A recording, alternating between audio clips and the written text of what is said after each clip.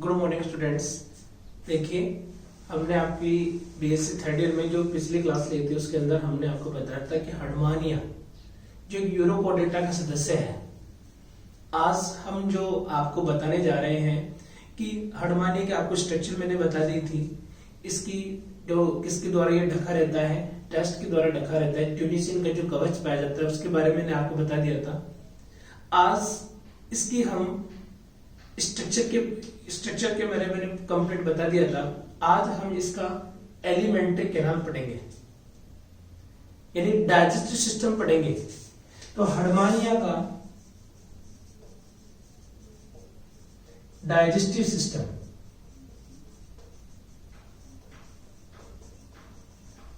और हर्डमानिया का जो डाइजेस्टिव सिस्टम होता है उसके अंदर सबसे दो चीजों से मिलकर बना होता है। एक होता है एलिमेंट्री कैनाल, आहार नाल। सेकंड जो स्ट्रक्चर होती है वो होती है डाइजेस्टिव ग्लैंड, पाचन ग्रंथियां। ठीक है।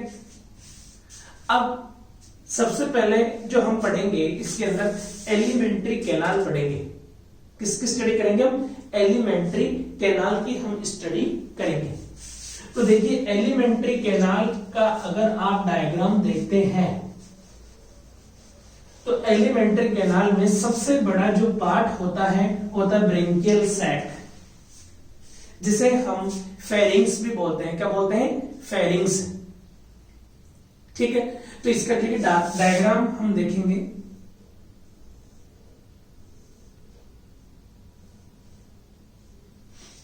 ये एक माउथ है ऊपर की तरफ, जो ब्रेंकियल अपर्चर के द्वारा बाहर की तरफ खुलता है। अंदर की तरफ ब्रेंकियल साइफन प्रेजेंट होता है। ये ब्रेंकियल कैविटी होती है। ये क्या होती है? Branchial cavity. ये ब्रेंकियल अपर्चर है, ब्रेंकियल छिद्र। मैंने आपको दो छिद्र बताए थे, ब्रेंकियल छिद्र और एट्रियल छिद्र।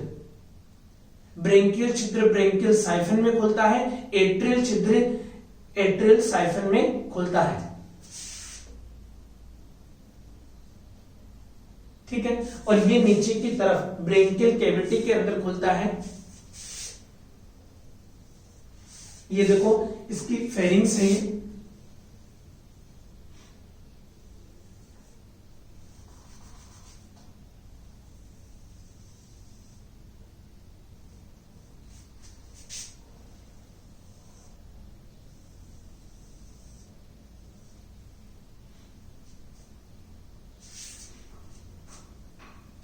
ये एक ब्रेंकियल सैक है।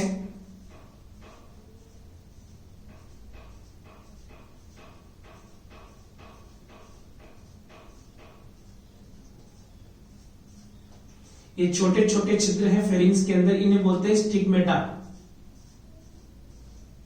इनके अंदर सीलिया पाए जाते हैं और इन सीलिया के हिलने के कारण ही भोजन धारा अंदर प्रवेश करती है।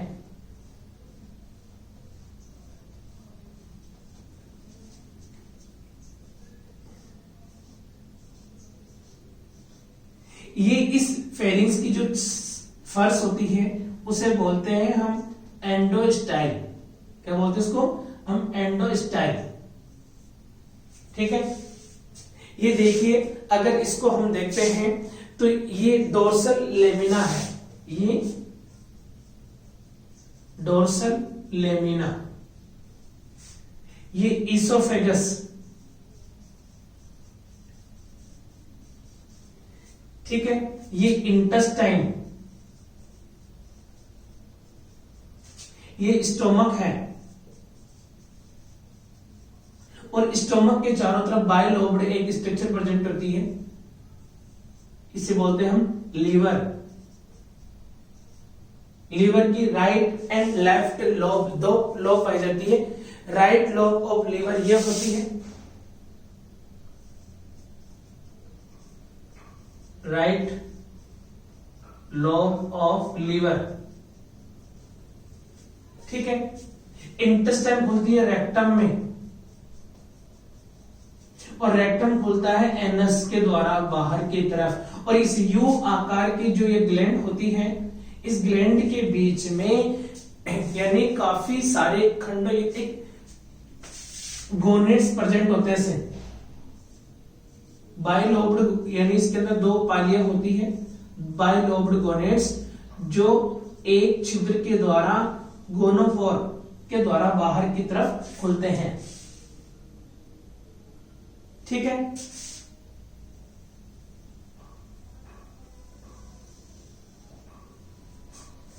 इन्हें देखिए, ये क्या है, ब्रेंकियल अपर्चर ऊपर की तरफ, और इसके नीचे यह है टेंटिकुलर रिंग, इसे बोलते हैं टेंटिकुलर रिंग। और इस एरिया को हम बोलते हैं प्री ब्रेंकियल जोन। इसे क्या बोलते हैं, प्री ब्रेंकियल जोन। ठीक है ना, ये कंप्लीट एरिया आ गया इसमें। और ये क्या है, ये कंप्लीट जितना बड़ा थैलेनुमा जो संरचना है, उस संरचना को हम बोलते हैं ब्रेंकियल सैक। इस पूरी जो बड़ी फेरिंग्स की जो संरचना होती है उसे हम क्या बोलते हैं, ब्रेंकियल सैक। ठीक है। और इसके बाहर की तरफ ये जो होता है, इसे बोलते हैं मेंटल। क्या बोलते हैं इसको, मेंटल। और ये अंदर की तरफ ये जो फर्श है, इस फेरिंग्स की जो फर्श होती है, इसे बोलते हैं एंडोस्टाइल। क्या बोलते हैं इसको, एंडोस्टाइल। ठीक है। छिद्रों को हम क्या बोलते हैं, स्टिग्मेटा। इन छिद्रों को क्या बोलते हैं, स्टिग्मेटा। ध्यान रखना, फेरिंग्स के अंदर जो छिद्र होते हैं, जो एट्रियल गुहा में खुलते हैं, किसमें खुलते हैं, एट्रियल गुहा के अंदर खुलते हैं, हम उनको क्या बोलते हैं, एट्रियल यानी स्टिग्मेटा बोलते हैं। ठीक है। अब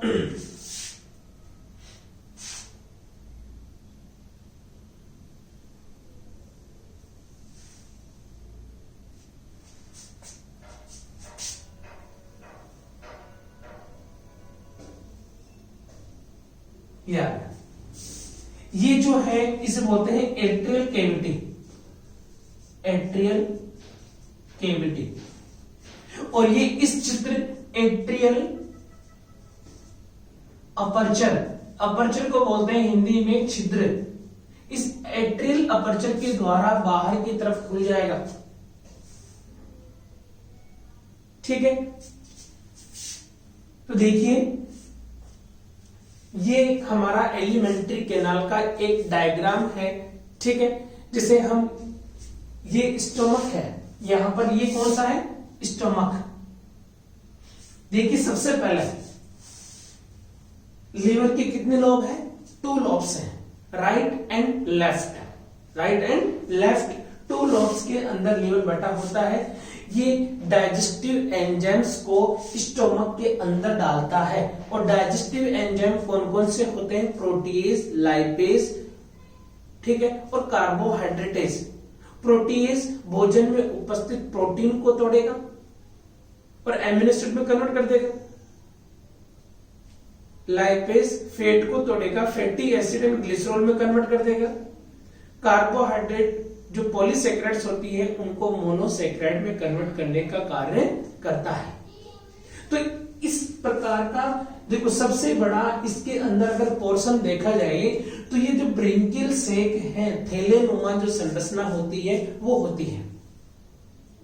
अब देखिए, कोई भी भोजन मान लीजिए इस पानी के अंदर यहां पर पड़ा हुआ है, ये भोजन है, इसके जो छोटे छोटे माइक्रोब्स यानी डायटम्स होते हैं, डेस्मेंट्स होते हैं, इसके अंदर ये स्टिग्मेटा है, इसके अंदर सीलिया पाए जाते हैं। और उन सीलिया के हिलने से, इन सीलिया के हिलने से एक पानी की धारा अंदर आ जाती है। क्या आती है, एक पानी की धारा इस माउथ के अंदर आएगी, इसे माउथ बोलते हैं, जो किसके द्वारा बाहर की तरफ खुलता है, ब्रेंकियल अपर्चर के द्वारा। किसके द्वारा खुलता है, ब्रेंकियल अपर्चर। इस पूरे छिद्र को बोलते हैं ब्रेंकियल अपर्चर, ठीक है, इसे क्या बोलते हैं, ब्रेंकियल छिद्र। और जैसे ही भोजन पानी आएगा तो पानी के साथ में छोटे छोटे जो सूक्ष्म जीव होते हैं, सूक्ष्मदर्शी जीव होते हैं, वो भी इस पानी की धारा के साथ अंदर प्रवेश करेंगे। अब अंदर प्रवेश करने पानी के साथ में मान लीजिए कोई बड़ा कण अंदर आ गया, तो ये जो टेंटिकुलर जो रिंग होती है, इसमें जब भोजन और पानी के साथ में जो भोजन गुजरता है, पानी आगे चला जाता है और छोटे कण भी भोजन के होते हैं वो अंदर की तरफ चले जाते हैं, लेकिन जो बड़े कण होते हैं वो इन टेंटिकुलर जो यानी सीलिया टाइप में होते हैं, स्पर्शक होते हैं, उनके अंदर अटक जाएगा। अर्थात ये फिल्टर फीडर होता है, यानी भोजन को छान कर खाता है। अतः छोटे कण ही अंदर प्रवेश करेंगे फेरिंग्स के अंदर। अब अंदर प्रवेश कर गए, बड़े कण इसमें अटक गए। अंदर प्रवेश करने के बाद में पानी तो इन छिद्रों के द्वारा बाहर निकलकर इस एट्रियल कैविटी के अंदर आ जाएगा और इससे इस एट्रियल छिद्र के द्वारा बाहर की तरफ निकल जाएगा। और जो भोजन के कण थे, वो भोजन के कण धीरे धीरे धीरे धीरे इसकी फर्श में बैठते जाएंगे। किसमें बैठते जाएंगे, फर्श में। और फर्श को हमने क्या नाम दिया है, एंडोस्टाइल। और फर्श के अंदर ग्लैंड्स पाई जाती है, म्यूकस ग्लैंड्स। इस फर्श में क्या पाई जाती है, म्यूकस ग्लैंड पाई जाती है, जो चिपचिपा पदार्थ स्रावित करती है। एक चिपचिपा पदार्थ स्रावित करेगी और ये चिपचिपा पदार्थ जो होता है, ये क्या करता है, इस भोजन, इसके अंदर सीलिया भी पाए जाते हैं। चिपचिपा पदार्थ सीलिया के द्वारा उस भोजन को अंतर्गुत्थित करेगा और एक लंबी सारी एक भोजन की एक ट्यूब बना देगा। अच्छी तरह मिक्स हो गया। जैसे हम भोजन को माउथ में लेते हैं, तो माउथ में लेते ही भोजन लार के द्वारा चिपचिपा बन जाता है और आसानी से अंदर की तरफ ईसोफेगस में उतर जाता है। फेरिंग्स के द्वारा कहां चला जाता है, ईसोफेगस में। इसके अंदर ही ये जो फेरिंग्स होती है, इसके द्वारा जो एंडोस्टाइल होती है, वो एंडोस्टाइल इस भोजन को चिपचिपा बनाएगी और एक सलाखा के रूप में ऊपर की तरफ इसको धकेलेगी आगे की तरफ। और किसमें भोजन प्रवेश करेगा, ईसोफेगस, जिसे हम क्या बोलते हैं, ग्रास नाल। यहां पर इसको ब्रेंकियल सैक कहा गया है। Pre branchial sac, pre branchial zone और ब्रेंकियल सैक को दोनों को बोलते हैं फेरिंग्स बोलते हैं एक साथ। ग्रसनी, जिसमें क्या क्या पाए जाते हैं, एंडोस्टाइल पाई जाती है, स्टिग्मेटा पाए जाते हैं और ऊपर की तरफ छत जो होती है उसे बोलते हैं डोर्सल लेमिना। क्या बोलते हैं, डोर्सल लेमिना, जो प्री ब्रेंकियल जोन से लेकर ईसोफेगस तक वो पाई जाती है। फिर बात आती है ईसोफेगस में भोजन जाने के बाद में इस ग्रास नाल में किसी प्रकार का भोजन का पाचन नहीं होता। भोजन ईसोफेगस से कहां जाएगा, आगे की तरफ। किसमें जाएगा, स्टोमक में, आमाशय में। हमारे भी भोजन इस ग्रास नाल से किसमें जाता है, आमाशय के अंदर जाता है। और इसके अंदर आमाशय चारों तरफ से किससे घिरा होता है, लीवर से, यकृत से। लीवर जो भी 3 प्रकार के एंजाइम होते हैं, प्रोटीएज,